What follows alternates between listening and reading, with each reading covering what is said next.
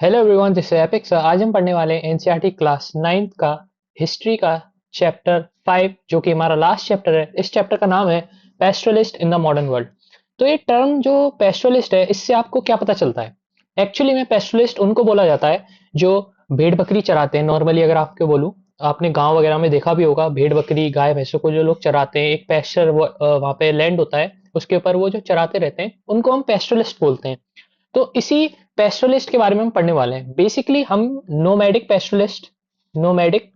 पेस्टरलिस्ट एक टर्म होती है जिसमें हमें पता है नोमैड्स का मतलब होता है बंजारे, जो एक जगह से दूसरी जगह पे अपना मूवमेंट करते रहते हैं, उनको हम नोमैड्स बोल देते हैं। तो नोमैडिक पेस्टरलिस्ट उन पेस्टरलिस्ट के बारे में जो एक जगह से अपनी दूसरी जगह पे अपना मूवमेंट करते रहते हैं, उनके बारे में हम इस चैप्टर में पढ़ने वाले हैं। अब इनका कारण क्या है कि वो किस कारणों की वजह से अपने एक जगह से दूसरी जगह पे अपना मूवमेंट शो करते हैं, उन कारणों को जानेंगे। और ये भी जानेंगे कि कोलोनियलिज्म, इसके कारण से इनको क्या इफेक्ट पड़ा इनके ऊपर।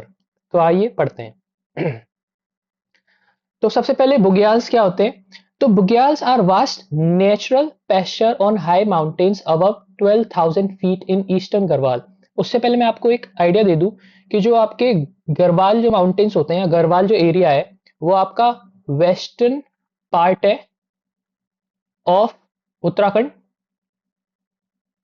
और जो आपका कुमाऊं, जो आप पढ़ेंगे इसमें, जो आपका ये है ईस्टर्न पार्ट ऑफ उत्तराखंड।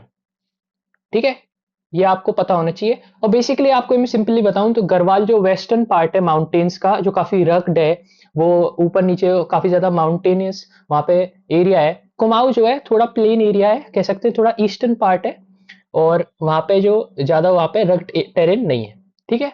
तो bugyals are vast natural pasture on high mountains above 12,000 feet in eastern Garhwal. They remain under snow in winter. ये जब विंटर होती है तो यहाँ पे काफी बर्फ पड़ती है, पर अप्रैल के बाद वहां पे क्या स्नो मेल्ट होने लग जाती है और वापस से वहां पे जो आपको वेजिटेशन वगैरह दिखने लग जाता है। Seasonal changes in Bugales. After April, mountain sides are covered with diverse grasses. जो यहाँ पे अप्रैल के बाद जब स्नो मेल्ट होती है तो काफी सारे ग्रास वगैरह, रूट्स, वेजिटेशन, और वाकई में आपको वहां पे रिच आपको वेजिटेशन दिखने को लगता है। बाय मॉनसून, जब मॉनसून का सीजन आता है, this pasture are thick with vegetation and carpeted with wild flowers. Monsoon time पे जो अपना फ्लावर वगैरह फुल ब्लॉसम करते हैं, तो इस वजह से वहां पे वेजिटेशन भी काफी ज्यादा होता है, थिक होता है। Who are nomadic pastoralist. अब नोमैडिक पेस्टरलिस्ट क्या होता है, मैंने आपको ऊपर आइडिया दे दिया, फिर भी हमको एक बार पढ़ लेते हैं। Nomads are people who do not live permanently in one place. ये एक जगह से दूसरी जगह अपने आप लिविंग के लिए और अपनी कमाने के लिए एक जगह से दूसरी जगह अपना मूवमेंट शो करते हैं।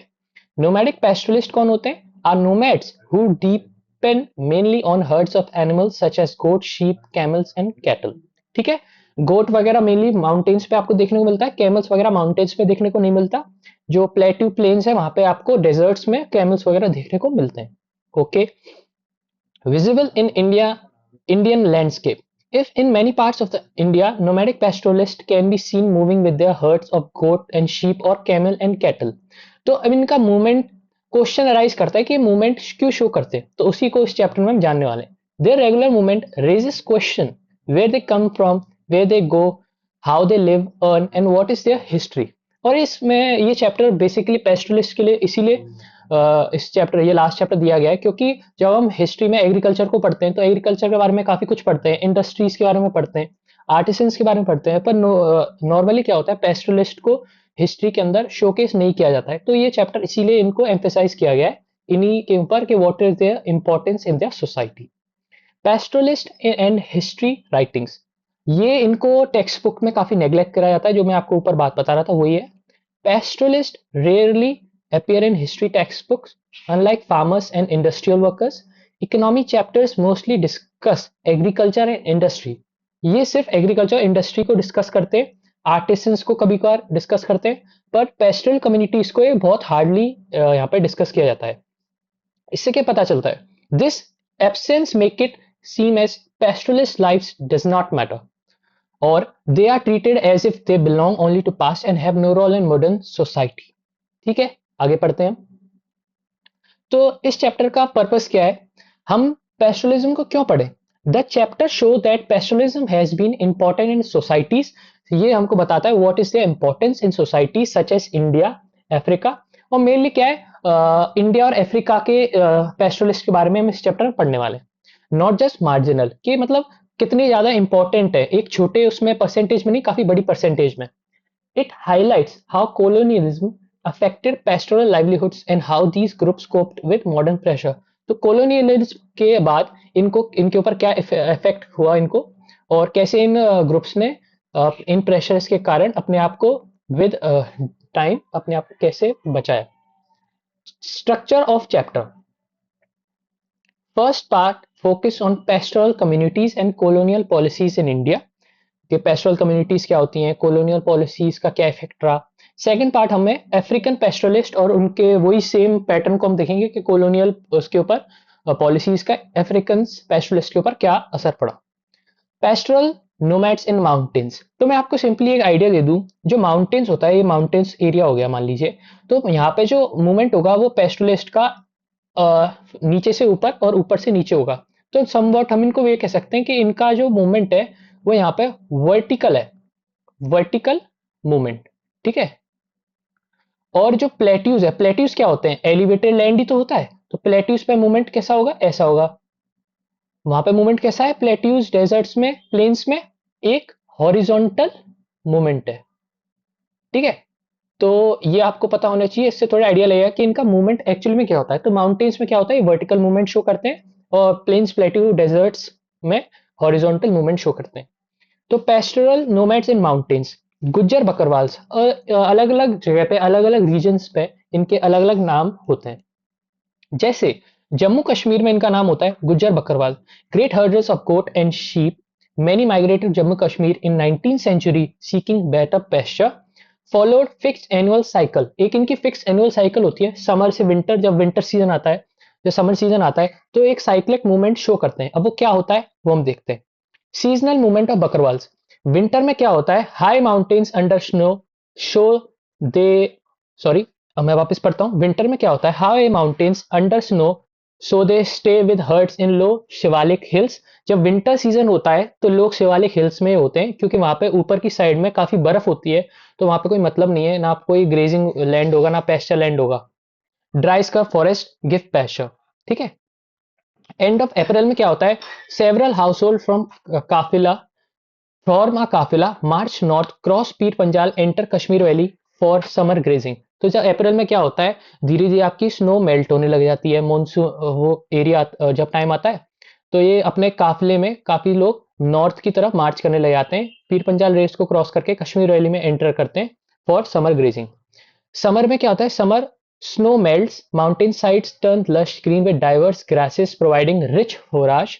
एंड ऑफ सितंबर में क्या होता है, वापस से नीचे चले जाते हैं, begin downward journey back to winter base, again grace in low hills when high ranges get snow। तो ये इनका हम एक सीजनल हम इनका मूवमेंट दे सकते हैं, एक साइक्लिक मूवमेंट इनका देख सकते हैं। फिर आते हैं हिमाचल प्रदेश के गद्दी शेपर्ड्स। सिमिलर माइग्रेटरी पैटर्न इनका भी होता है। Gaddi shepherd also practice seasonal movement like Bakarwals की तरह। Winter remains in low Shivalik hills, winter में क्या होता है, ये भी लो शिवालिक हिल्स में रहते हैं। और ग्रेजिंग फ्लॉक्स इन स्क्रब फॉरेस्ट, वहां पे जो भी थोड़ा बहुत पेस्चर लैंड होता है वहीं से इनका काम चल जाता है एनिमल्स का। Summer and agriculture link, by April move north to spend summer in Lahaul Spiti. April में क्या होता है, ये लाहौल स्पीति की साइड चले आते हैं, मूव करते हैं। और जब स्नो मेल्ट करती है, opening of high passes, high pass जो वहां पे स्नो होती है तो खुले नहीं होते, फिर जब स्नो मेल्ट करती है तो पासेस धीरे धीरे खुलते हैं। Many shift further up to higher mountain meadows. Meadows क्या होता है, वही एरिया का लैंड होता है जहां पे पेस्चर वेस्टर प्रोवाइड होता है एनिमल्स के लिए।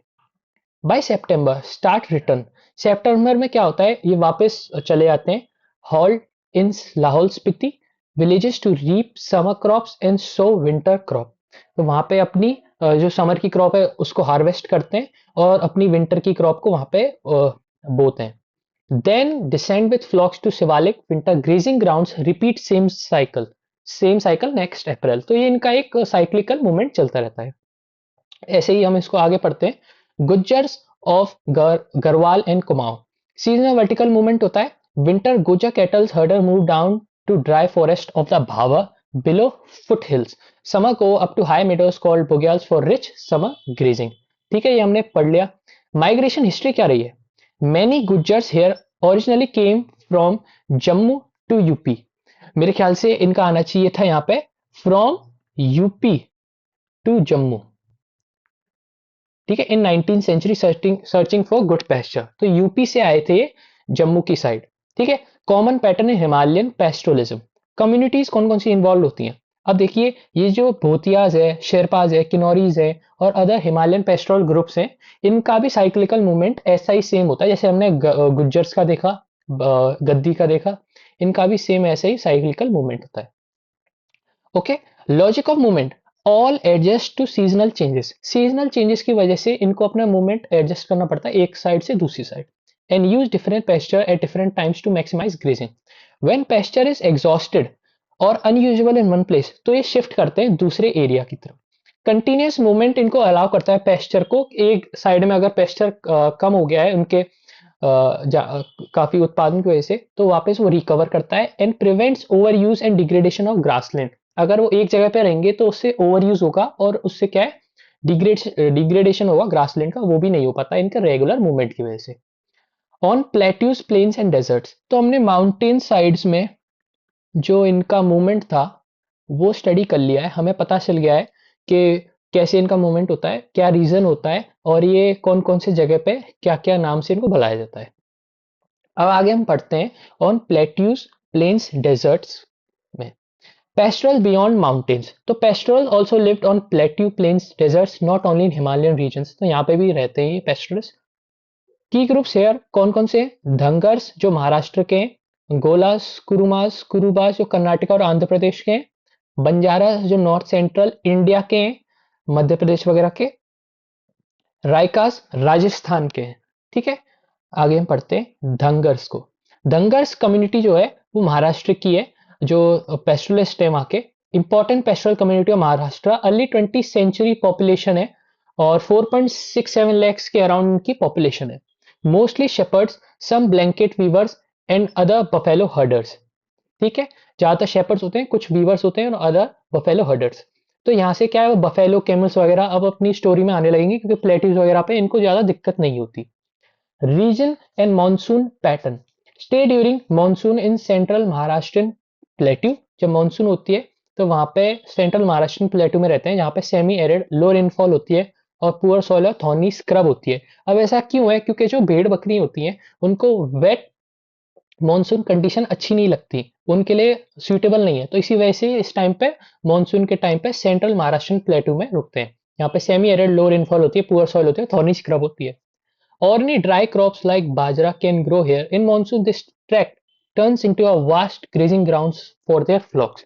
और मॉनसून के टाइम पे ये ओनली ड्राई क्रॉप्स उगा सकते हैं, can grow here in monsoon, in this track turns into vast grazing grounds for their फ्लॉक्स।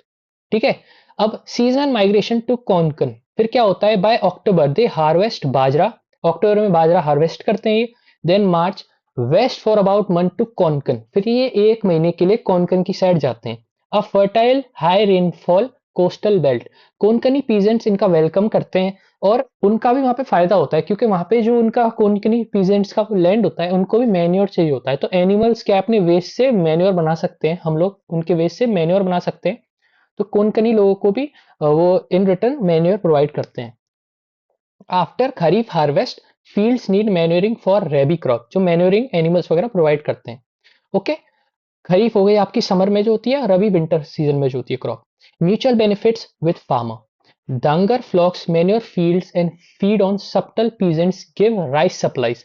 जो डांगर फ्लॉक्स है उनकी मैन्योर फील्ड्स है, वो फीड करती हैं सब्टल पीजेंट्स, और जो उनके पीजेंट्स होते हैं उनको थोड़ा थोड़ा चावल वगैरह देते हैं, सप्लाई देते हैं। Which Dhangars take back to grain scarce plateau, जो धांगर्स वापस अपने सेंट्रल महाराष्ट्र प्लेटू में लेके जाते हैं।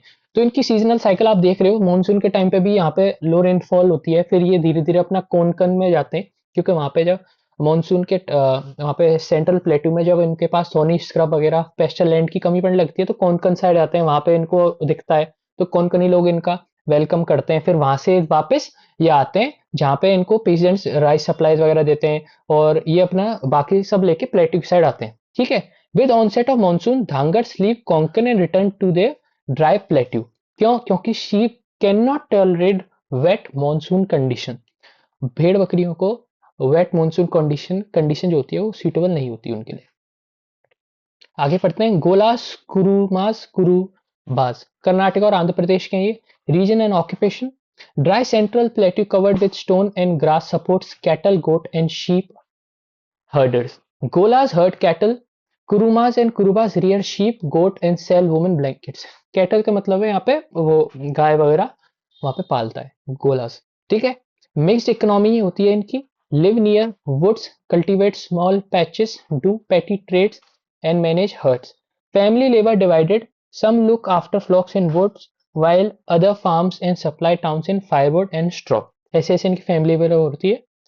Seasonal rhythm different from mountains. इनकी जो रिदम होती है हमें देख भी पा रहे हैं वो थोड़ी डिफरेंट है माउंटेन्स टाइम से। Movement is shaped by alternation of monsoon. लेकिन माउंटेन साइड में क्या दिखते थे? कोल्ड एंड स्नो, जहाँ पे विंटर सीजन और स्नो सीजन और यहाँ पे समर सीजन उनके मूवमेंट को अफेक्ट करता था। पर यहाँ पे मूवमेंट किस चीज से अफेक्ट हो रहा है? Alternate of monsoon and dry season. Dry season move to coastal tracts for better grazing. जब ड्राई सीजन आए तो कोस्टल ट्रैक्स की तरफ चले जाओ और अच्छी ग्रेजिंग पाने के लिए। मॉनसून टाइम में क्या होता है? Only buffalo stays in swampy west wet coastal zones. Other herds are shifted back to dry plateau. बाकी सब हर्ड्स वगैरह ड्राई प्लेट्यू की साइड चले जाते हैं। ओके, बंजारास कौन होते हैं? हमने पता है कि थोड़ा मध्य प्रदेश वहां पे लोग रहते हैं Banjaras. Mobile graziers and traders, spread and mobility. Found in villages of Uttar Pradesh, Punjab, Rajasthan, Madhya Pradesh and Maharashtra. ये उत्तर प्रदेश में मिलते हैं आपको, पंजाब में मिलते हैं, राजस्थान में मिलते हैं, मध्य प्रदेश में, महाराष्ट्र में।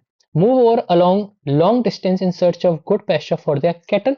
काफी दूर दूर तक जाते हैं अपने पेस्ट कैटल के लिए गुड पेस्चर लैंड ढूंढने के लिए। इकोनॉमिक रोल क्या होता है इनका? Sell plough cattle and other goods to villagers. Plough cattle मतलब जो आपके कैटल के यूज होती है, जब एनिमल के ऊपर हम एक बड़ा सा वुडन का पीस लगाते हैं जिससे हम खेतों को प्लग करते हैं यानी उसको जोतते हैं, तो वो बेचते हैं ये। And other goods to villagers, ऐसी अलग अलग वुड के कुछ कुछ गुड्स बनाते होंगे जो विलेजर्स को देते हैं ये। और इन रिटर्न ये क्या रिसीव करते हैं? Grain and fodder in exchange, जो इनको एनिमल्स और खुद के यूज में ये लेते हैं। रायकास ऑफ राजस्थान डेजर्ट। ओके, तो यहां से रायकास राजस्थान के बारे में हम पढ़ने वाले हैं। काफी हार्श एनवायरनमेंट होता है। Live in Thar desert, rainfall meagre and uncertain. Rainfall काफी कम होती है, हार्वेस्ट फ्लक्चुएट करती रहती है और large stretches are uncultivable. Uncultivable land होता है इनके पास काफी ज्यादा बड़ा। Combining farming and herding. Raikas mix cultivation with pastoralism to survive variable conditions. ये cultivation और अपना pastoralism जो behavior है उसको use करते हैं ताकि ये survive कर पाए अलग अलग conditions को। During monsoon, Raikas of Barmer, Jaisalmer, Jodhpur, Bikaner stay in home villages where some pasture is available. तो जब मानसून के टाइम पे जो बाड़मेर, राजस्थान, जैसलमेर और जोधपुर, बीकानेर हैं जो अपने घर पे रुकते हैं वेयर थोड़ा बहुत पैस्चर इनको अवेलेबल होता है। और जब सीजनल माइग्रेशन क्या होता है? By October when local grazing is dry, जब आसपास में थोड़ा ड्राई रीजन क्रिएट होने लगता है और एग्जॉस्ट होने लगता है, they move out in search of other pasture and water returning with next monsoon. तो अदर पैस्चर और वाटर के क्या कहते हैं इन सर्च में ये निकल जाते हैं और रिटर्निंग विद नेक्स्ट मॉनसून, ये वापस रिटर्न करते हैं मॉनसून में। Maru deserts Raikas herd camels. Other Raika groups rear sheep and goats. Okay. Key feature of pastoral strategy. तो केयरफुल प्लानिंग ऑफ मूवमेंट। तो की फीचर क्या होता है पेस्टोरल स्ट्रेटेजी में? पेस्टोरलिस्ट मस्ट जज how long herds can stay in one area and when where next to find water and pasture. तो इनको पता होना चाहिए कि कितनी देर तक हम एक जगह पे स्टे कर सकते हैं और कहाँ पे हमको पानी और पेस्चर लैंड मिलने वाला है। तो काफी ये लोग इस चीज को दिमाग में रखते हुए आगे बढ़ते हैं। दे केयरफुली टाइम मूवमेंट्स, मतलब अपने टाइम के जो मूवमेंट है उसको काफी अच्छी तरह से समझते हैं कि कैसे हमको टाइम यूटिलाइज करना है।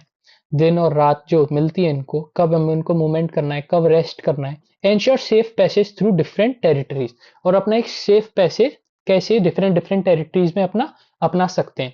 Relationship with farmers, they build ties with cultivators so herds can graze on harvested field and manure the soil.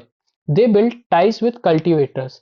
जो कल्टिवेटर्स होते हैं इनके साथ अपना व्यवहार अच्छा बनाते हैं ताकि ये हर्ड्स को अपनी वहां पे उस लैंड पे ग्रेस करने दें और हार्वेस्ट कर सकें अपनी फील्ड्स को and manure the soil.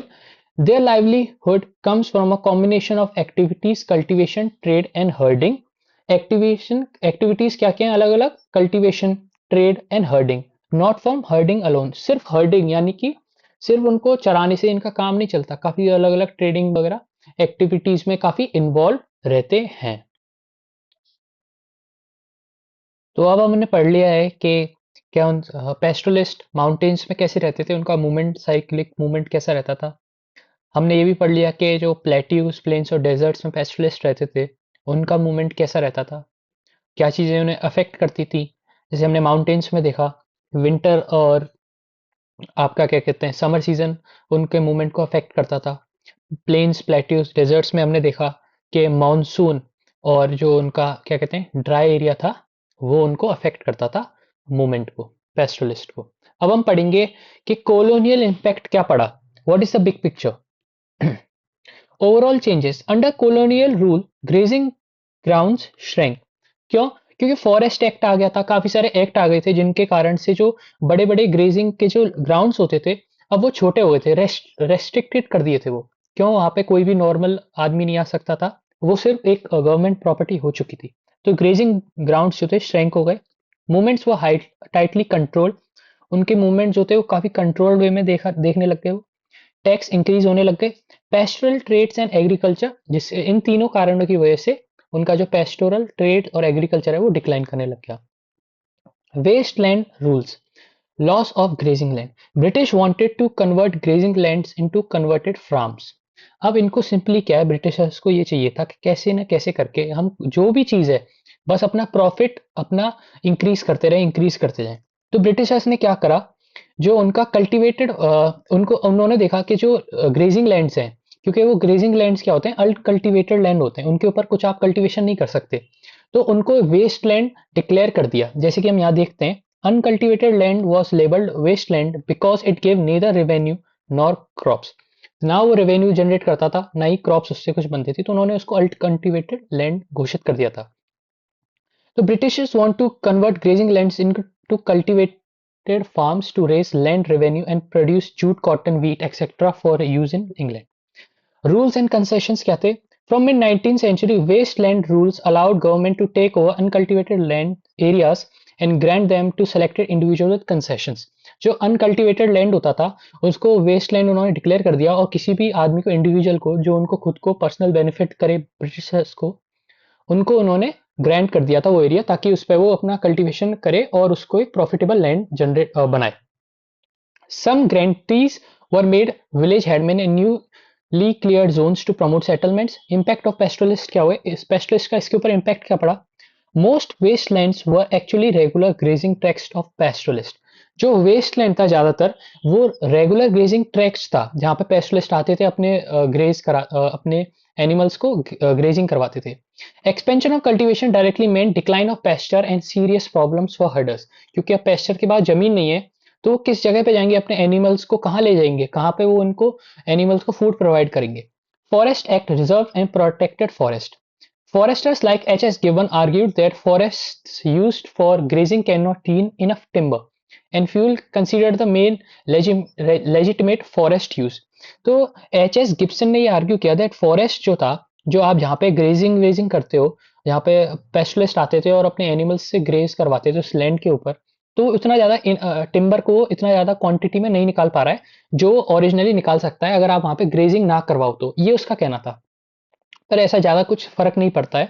Legal changes क्या है, मिड 19th सेंचुरी 1850 के बाद provinces passed forest act, forest with valuable timber such as deodar and sal were declared reserve. इनको रिजर्व घोषित कर दिया गया, यहाँ पे कोई भी ग्रेजिंग अलाउड नहीं करनी गई।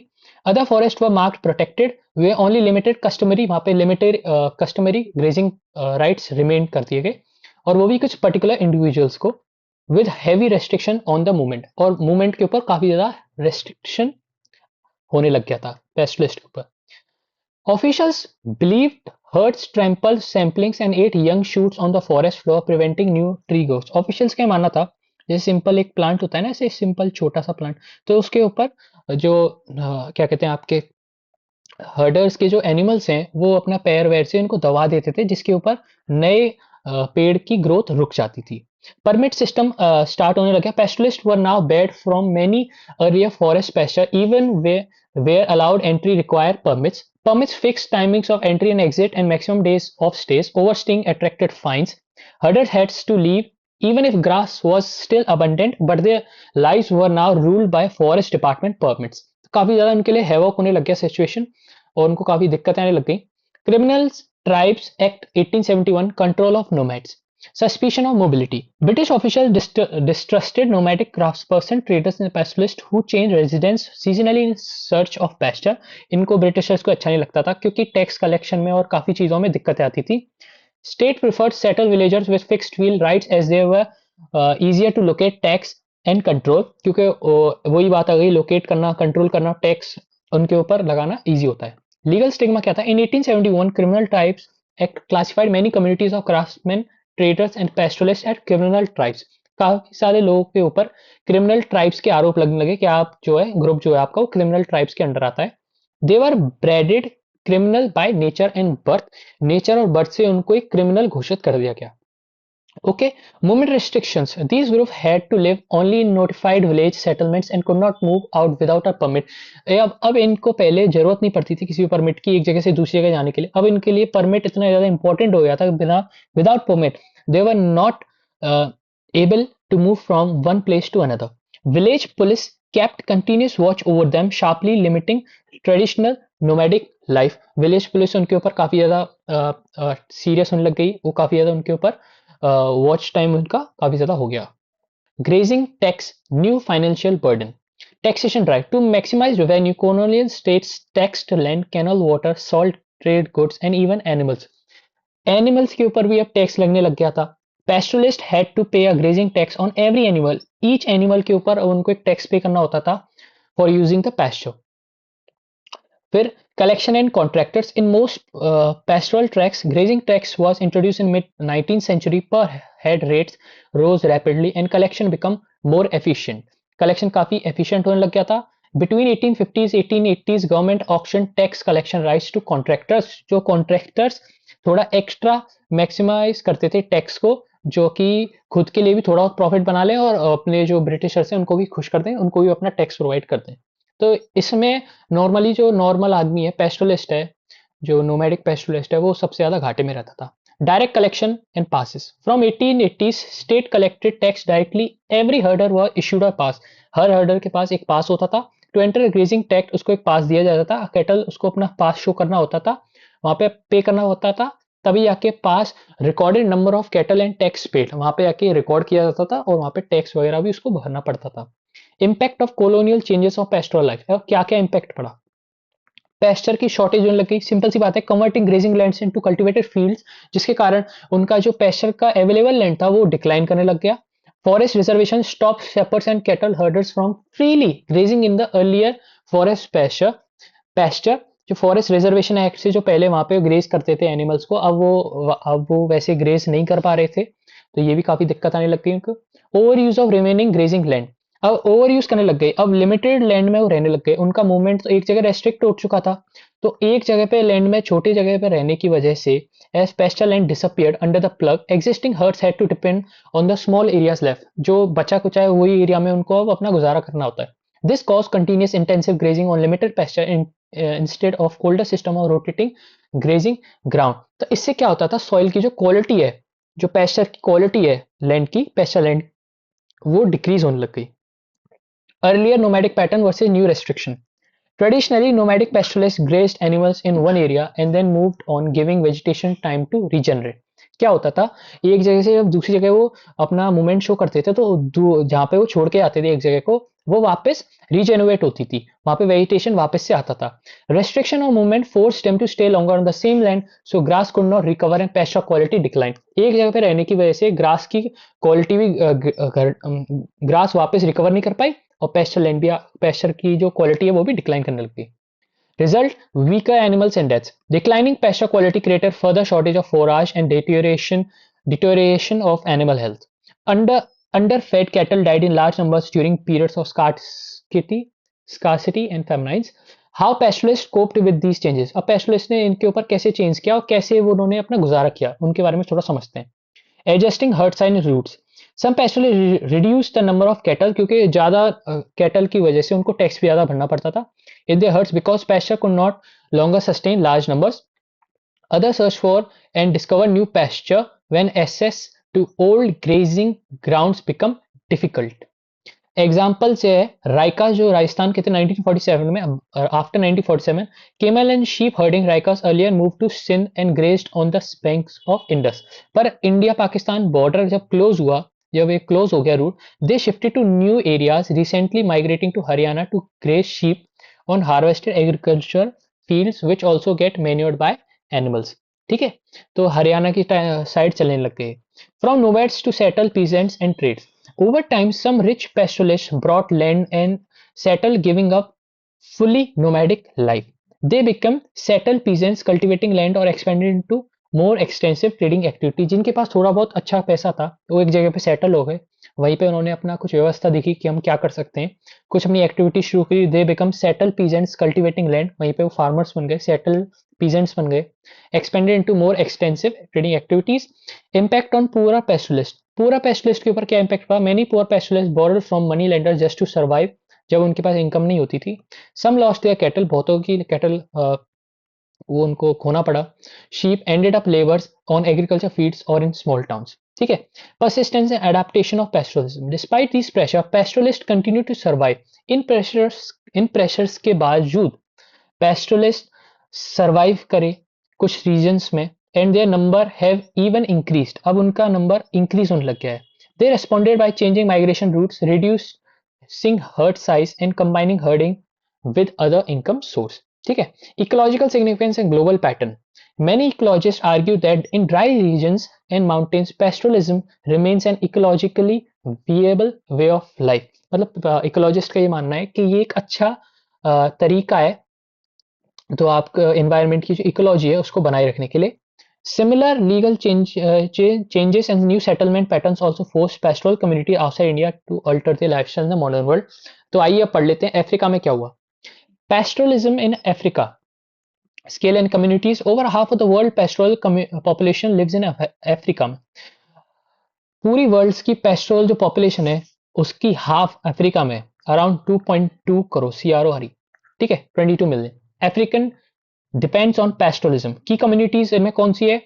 बेडुइन्स, बर्बर्स, मासाई, सोमाली, बुरान, तुर्कना और अलग अलग. ठीक है.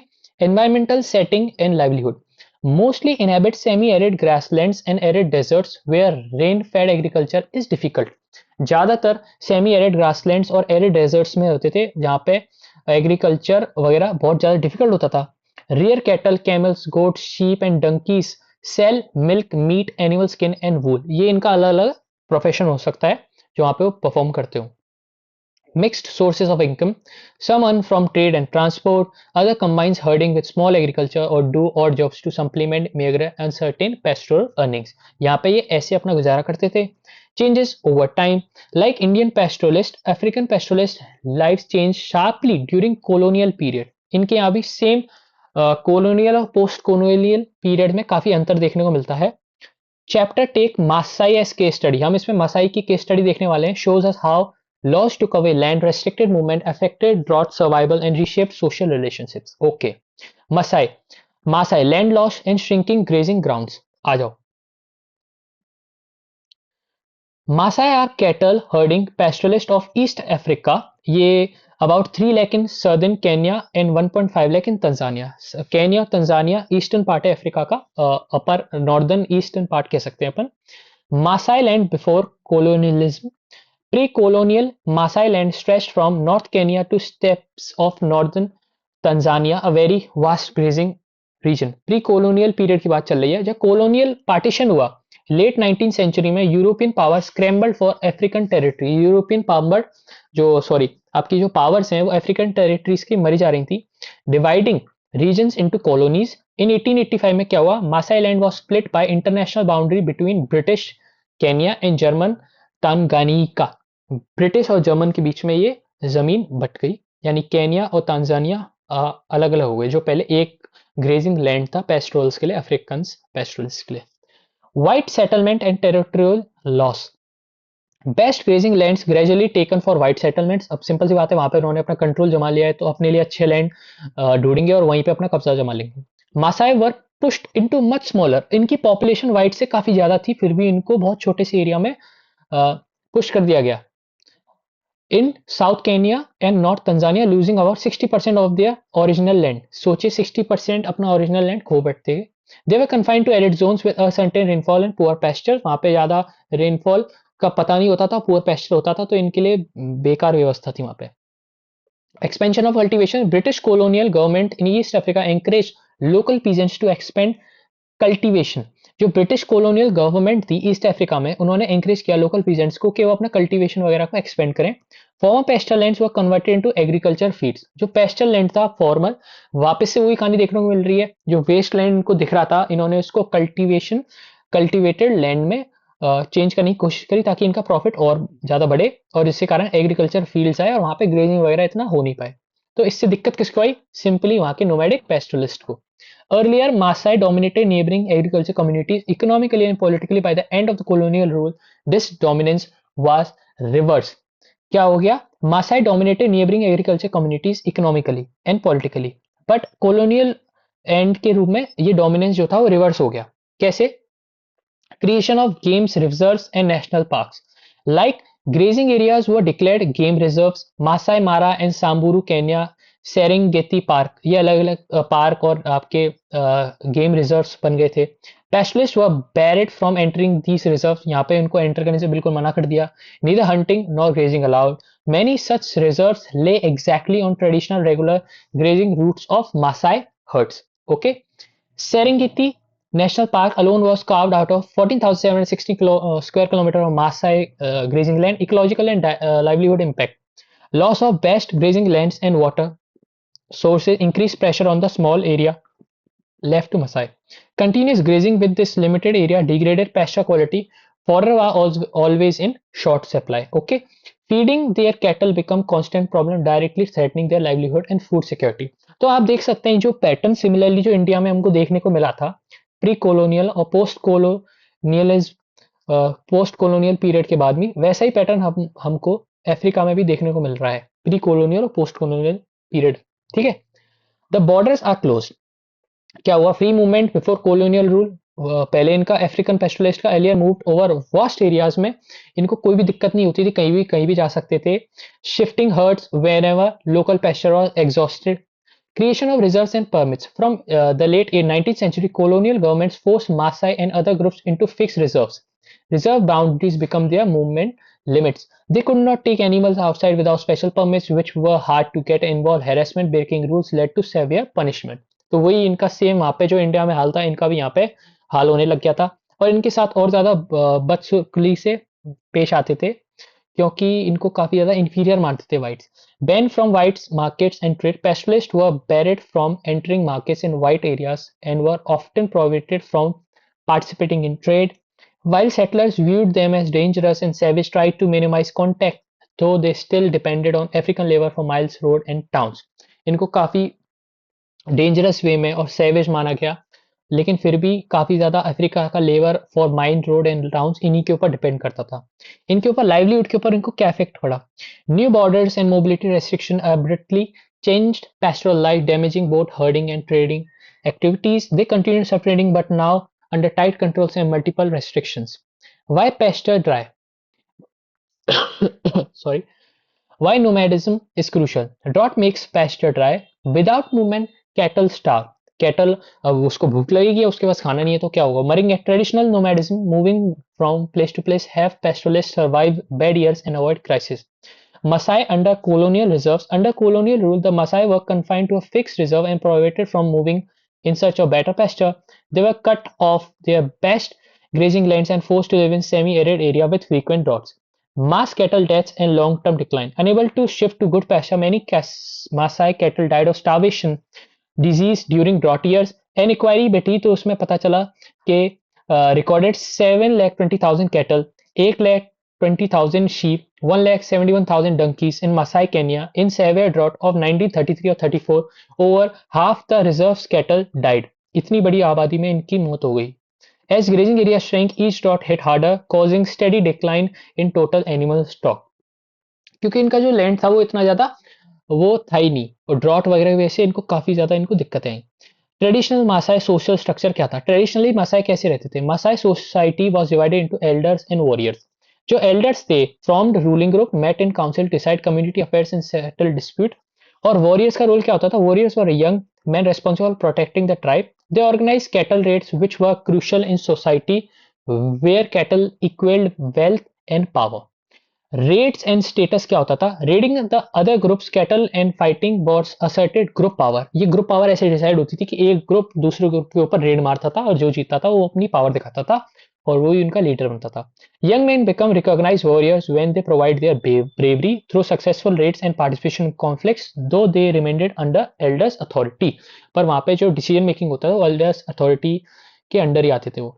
British control over Maasai leadership, appointments of chief. British created and appointment chiefs for different Maasai subgroups, making them officially responsible for tribal affairs.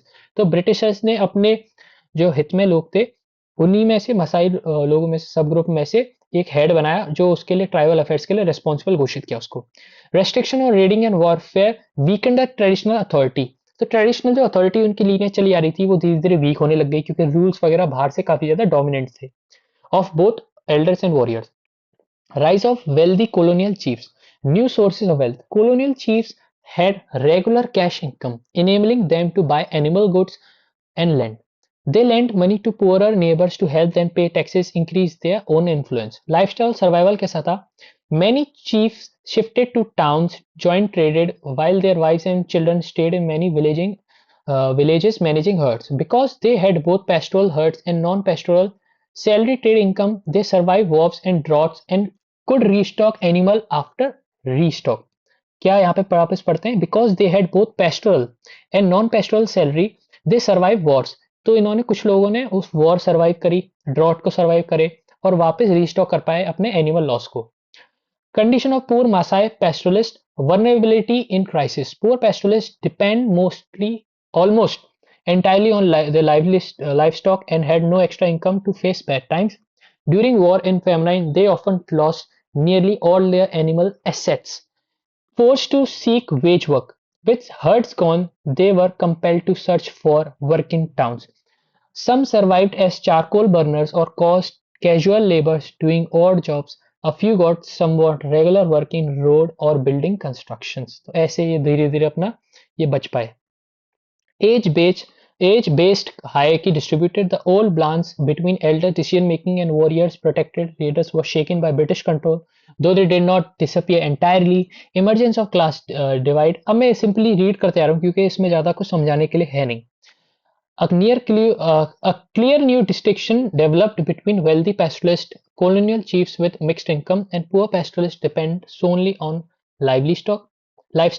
Impact of modern changes of pastoralist. Effect of laws and borders. New laws and political borders changes traditional migration routes of pastoral communities. Restriction on mobility make it difficult for pastoralists to move freely in search of fresh pasture. Ecological stress on pasture. As pasture lands shrink or disappear, securing grazing space becomes a major problem. Remaining pasture face continuous overgrazing, which leads to deterioration of grass quality and productivity. During droughts, this fragile situation turns into crisis while cattle dying in large number. Pastoralist strategies of adaptation. Adjusting movements and herds. Pastoralists modify the path of their annual migration to fit new political and ecological realities. They often reduce the size of their herds so that limited pasture can still support their animals. Political and legal supports. Pastoral groups demand rights to enter new grazing area and use forest and water resource. They put political pressure on governments for relief, subsidies and other forms of difficult times. तो simply अब मैं आपको बताऊं तो last में आप इसको पढ़ सकते हो. लास्ट में पूरा चैप्टर हमने आपको समझा दिया है. तो ये चैप्टर था और thank you everyone for watching this video. Bye bye. मैं आपको अगली वीडियो में मिलता हूँ जल्दी. जय हिंद, जय भारत.